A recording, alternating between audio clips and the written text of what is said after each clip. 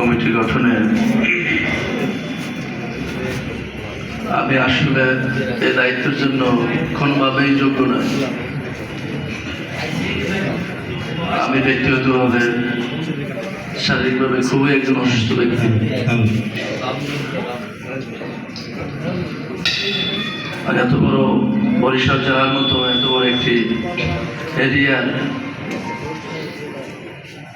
কয়েক লক্ষ শ্রমজীবী ভাইদের দায়িত্ব আমার কাঁধে বহন করা কোনোভাবেই সম্ভব নয়। কেন্দ্রীয় সংগঠন, আমাদের জেলা উপদেষ্টাবৃন্দ, ওনারা সমন্বয় করে চিন্তা করে যেটির প্রস্তাবনা দিয়েছে, সেই প্রস্তাবনা আপনারা একমত হওয়ার কারণে আজকে আমাকে এই শপথ নিতে হয়েছে। আমি এ পর্যায়ে দাঁড়িয়ে আপনাদের কাছে আমি বিনীতভাবে অনুরোধ করব, আমার মতো অযোগ্য ব্যক্তির পক্ষে এত বড় একটি শাখা চালানো কোনোভাবেই সম্ভব নয়।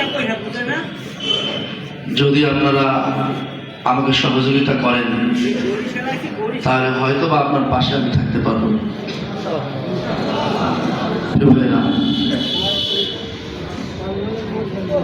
শ্রমজীবী মানুষের অধিকার আদায়ের জন্য বাংলাদেশ ইসলামী শ্রমনীতি বাস্তবায়ন ছাড়া আমাদের যারা শ্রমিক ভাইরা রয়েছে, আমরা যারা শ্রমজীবী মানুষের পাশে দাঁড়িয়েছি, এটা কোনোভাবেই শ্রমিকের অধিকার আদায় অন্য কোনোভাবে সম্ভব নয়। তা আমরা বিশ্বাস করি, বাংলাদেশে যদি শ্রমজীবী মানুষের অধিকার আদায় করতে হয়, বাংলাদেশের জমিনে আল্লাহ রাব্বুল আলামিনের দেওয়া বিধান অনুযায়ী রাসূল করিম সাল্লাল্লাহু আলাইহি ওয়াসাল্লামের পথ দেখানো পথে আমরা যদি চলতে পারি, আমাদের রাষ্ট্র ক্ষমতা যদি আল্লাহর দেওয়া বিধান অনুযায়ী পরিচালিত হয়, তাহলেই কেবল এই শ্রমজীবী মানুষের অধিকার আদায় করা সম্ভব। প্রিয় ভাইয়েরা,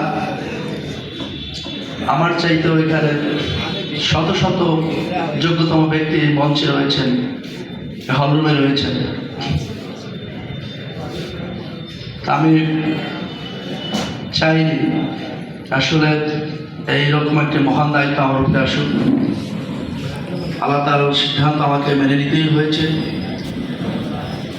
আমরা আজকের এই শপথ অনুষ্ঠানের পরে